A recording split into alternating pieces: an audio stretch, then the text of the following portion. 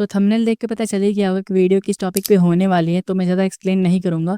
And first of all I am sorry कि 2-3 दिन से वीडियोज़ प्रोवाइड नहीं कर रहा था क्योंकि मैं थोड़ा-सा इवेंट्स में बिज़ी था। बट अभी जो आप लोग सबसे ज़्यादा कमेंट कर रहे हो वो है बीएमई के क्वेश्चंस, कि बीएमई के इंपॉर्टेंट क्वेश्चंस बताने के लिए। तो ये वीडियो टोटली उसी पे होने वाली है, basic mechanical engineering of RGP Bhopal 2025 exams के लिए।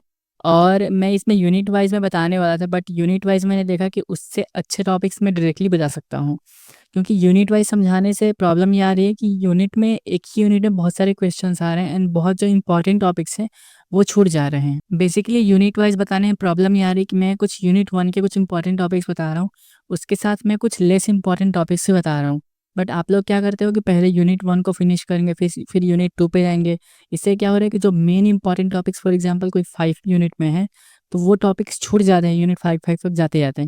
इसलिए मैंने क्या सोचा है कि सबसे जो इम्पोर्टेंट टॉपिक्स है जो कि एग्जाम्स में आ रहे हैं, प्रीवियस ईयर के मैंने क्वेश्चंस उठाए लास्ट 6 से 7 साल के जो कि बीएमई के हैं।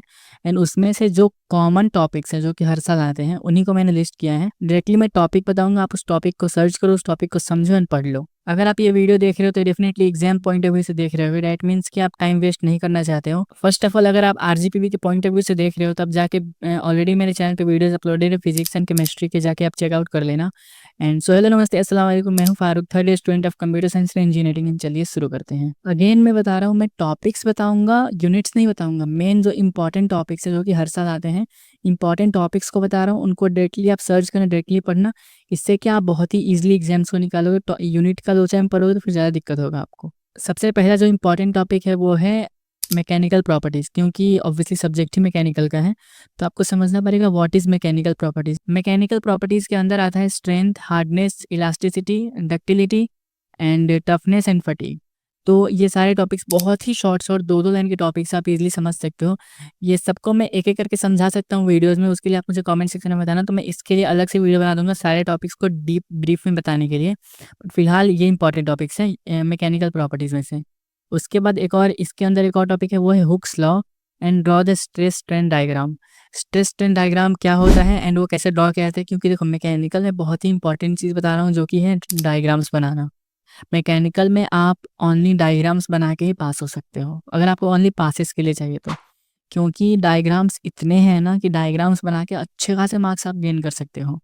तो इसलिए आप मेन फ़ोकस रखो कि डायग्राम्स आपको बनाने आने चाहिए, नीट एंड क्लीन डायग्राम्स बनाना सीखो आप। सबसे पहले स्ट्रेस स्ट्रेन का डेफिनेशन देखो, उसके बाद उसका डायग्राम देखो। एंड ये सारे टॉपिक्स आप यूट्यूब पे सर्च करोगे, आपको बहुत सारे वीडियोज़ मिल जाएँगे, या फिर आप चैट जीपीटी कर लो, गूगल कर लो, 2-2 लाइन का डेफिनेशन है, सीख लो। दूसरा जो इम्पोर्टेंट टॉपिक है वो है मटेरियल्स, जिसमें आता है हार्डनेस टेस्ट, कि हार्डनेस को कैसे टेस्ट करते हैं। उसके बाद उसके टाइप्स पूछ सकते हैं कि कितने टाइप के हार्डनेस होते हैं, तो उसमें भी अलग-अलग टाइप्स होते हैं। एंड उसमें मेथड्स पूछेगा कि कितने मेथड से आप सॉल्व कर सकते हो।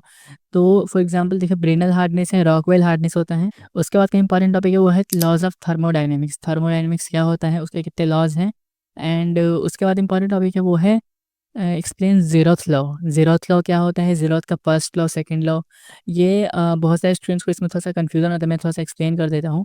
ज़ीरोथ लॉ ऐसे काम करता है, फॉर एग्जांपल अगर आप एक गरम चाय की प्याली रखोगे, दूसरी साइड ठंडी चाय की प्याली रखोगे, तो दोनों को अगर टच करोगे तो एक टाइम पे क्या होगा कि गरम वाला ठंडा होगा एंड ठंडा वाला गरम होगा। एंड दोनों इक्वल, जब दोनों इक्वल गरम हो जाएगा, जो ज़्यादा गरम था वो थोड़ा सा कम गरम हो जाएगा एंड जो ठंडा था वो थोड़ा सा गरम हो जाएगा। जब दोनों का टेम्परेचर सेम हो जाएगा, तो उसी टाइप से ये सब काम करता है। ज़ेरोथ लॉ, ज़ेरोथ का first law, second law, thermodynamics, ये सारे इसी कॉन्सेप्ट पे काम करते हैं, ठीक है। तो इस पे आप एक ब्रीफ में वीडियो देख लेना। ये जो टॉपिक्स हैं ये सारे थर्मोडायनेमिक्स के अंदर के क्वेश्चन है जो कि एग्जाम से पूछे जाते हैं, ठीक है। इसको आप स्क्रीनशॉट ले लेना। उसके बाद आते हैं लेथ मशीन। लेथ मशीन बहुत इंपॉर्टेंट टॉपिक है। लेथ मशीन के बारे में आप पूरा एक डायग्राम पहले बनाना सीख लो उसका। लेथ मशीन का डायग्राम ही ओनली 7 मार्क्स में आ जाते हैं, ओनली डायग्राम। आपसे बस एग्जाम में सिंपल क्वेश्चन ऐसा आ जाएगा कि लेथ मशीन का नीट एंड क्लीन डायग्राम दो एंड 7 मार्क्स लेके जाओ। तो लेथ मशीन को अच्छे से पढ़ो, लेथ मशीन क्या होता है, लेथ मशीन कैसे काम करता है, लेथ मशीन में कितने पार्ट्स होते हैं, सारे पार्ट्स के नाम समझो, ठीक है। तो लेथ मशीन बहुत इंपॉर्टेंट टॉपिक है। इससे तो आपको 14 मार्क्स या फिर 7 मार्क्स कन्फर्म ही है। उसके बाद बात करते हैं बॉयलर्स की। बॉयलर्स बहुत इंपॉर्टेंट टॉपिक है मैकेनिकल का। बॉयलर्स में कितने टाइप के बॉयलर्स होते हैं एंड बॉयलर्स में बॉयलर्स की वर्किंग मेथड क्या है, ठीक है। बॉयलर्स के बारे में पूरा टॉपिक समझो। एंड बॉयलर्स एक ऐसा टॉपिक है जिससे 7 मार्क्स कन्फर्म रिजर्व्ड है, ठीक है। आप पिछले प्रीवियस ईयर के कोई भी ईयर का क्वेश्चन उठा लो, आपको इस पे एक क्वेश्चन मिलेगा ही मिलेगा, 4 stroke engine and 2 stroke engine. अभी जितने मैंने टॉपिक्स बताए ना, सारे टॉपिक्स में ऐसे टॉपिक्स बता रहा हूँ जो कि हर साल आ रहे हैं, आप किसी भी सारे क्वेश्चन को उठा के देख लो, मेरे बताए हुए टॉपिक्स में से हर एक टॉपिक में से आपको 1-2 क्वेश्चन मिलेगा ही मिलेगा, ठीक है? तो ये जो है working of 4 stroke engine and 2 stroke engine क्या होता है, ये कैसे यूज़ होता है, इंडस्ट्री में कैसे यूज़ करते हैं, एंड ये इसकी कौन सी गाड़ी में 4 स्ट्रोक यूज़ होता है, कौन सी गाड़ी में 2 स्ट्रोक यूज़ होता है। सबसे इम्पॉर्टेंट चीज़, इन दोनों का डायग्राम, दोनों का डायग्राम बहुत ईजी है। इन दोनों का डायग्राम लिटरली बता रहा हूँ बहुत ईजी है, एंड इनका ओनली डायग्राम बना के ही मेरे को इतना हेल्प मिला है ना एग्जाम में। तो इन दोनों का डायग्राम बनाना सीखो, 4 स्ट्रोक इंजन 2 स्ट्रोक इंजन का नीट एंड क्लीन डायग्राम। दोनों का डायग्राम बहुत सिंपल है, सिमिलर है, तो इसीलिए उनको आपको डिफरेंस फाइंड करना है कि दोनों में डिफरेंस कहाँ पे आ रहा है, ठीक है? उसके बाद का इंपॉर्टेंट टॉपिक है विस्कोसिटी इंडेक्स। विस्कोसिटी क्या होता है एंड न्यूटन्स लॉ के साथ विस्कोसिटी कैसे कॉन्कैटिनेट करता है, न्यूटन्स लॉ ऑफ विस्कोसिटी करके ऐसा क्वेश्चन आता है, ठीक है?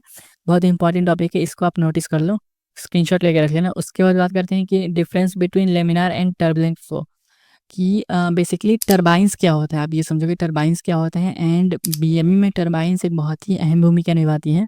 तो टरबाइन्स को लेकर हमेशा क्वेश्चंस आते हैं, टरबाइन कैसे काम करता है। हाइड्रोलिक टरबाइन एक बहुत इंपॉर्टेंट टॉपिक है, एंड इसका नीट एंड क्लीन डायग्राम आना बहुत ज़रूरी है, ठीक है? उसके बाद बात करते हैं मेजरमेंट टूल्स की। मेजरमेंट टूल्स मतलब बीएमई में मेजरमेंट के लिए कौन कौन से टूल्स यूज़ होते हैं। अगर आप बीएमई के लैब्स में गए होंगे तो आपने देखा होगा अपने कॉलेज के कि उसमें एक होता है साइन बार, स्लिप गेजेस, ये सब मेजरमेंट के लिए यूज़ होता है। तो बेसिकली बीएमई के अंदर जो भी मशीन्स को नापने के लिए यूज़ किया जाती है चीज़ें, वो सब बोलते हैं measurement tools.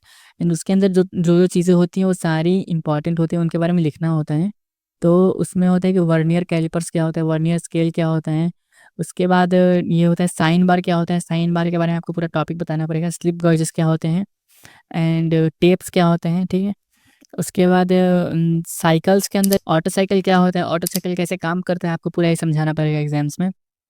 PV diagram and TS diagram, यही बहुत इंपॉर्टेंट टॉपिक है। आपको सिंपली पूछ देगा discuss about PV diagram, PV diagram क्या होता है, टीएस डायग्राम क्या होता है, ठीक है? उसके बाद मैंने 3 बहुत छोटे से टॉपिक्स को नोटिस किया है कि जो छोटे टॉपिक्स वो हमेशा आ रहे हैं, वो है पास्कल लॉ।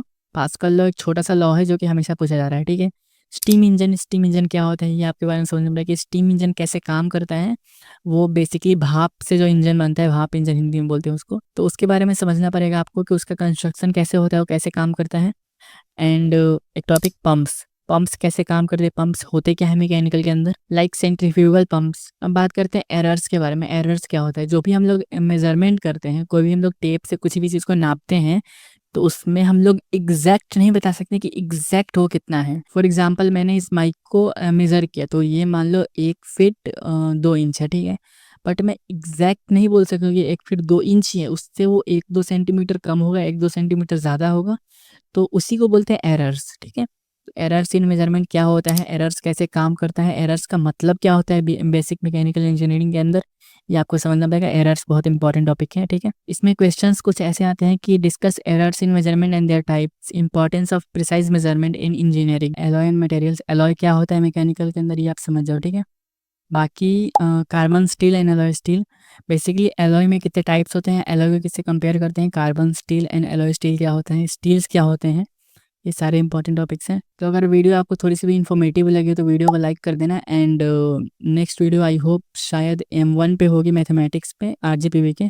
बहुत सारे स्टूडेंट्स पूछ रहे थे, इंग्लिश फॉर कम्युनिकेशन को लेकर क्वेश्चंस थे, तो उस पर वीडियो आ सकती है। आप बताओ आपको किस टॉपिक वीडियो चाहिए। तो वीडियो कहीं पे एंड करते हैं, एंड चैनल सब्सक्राइब कर देना।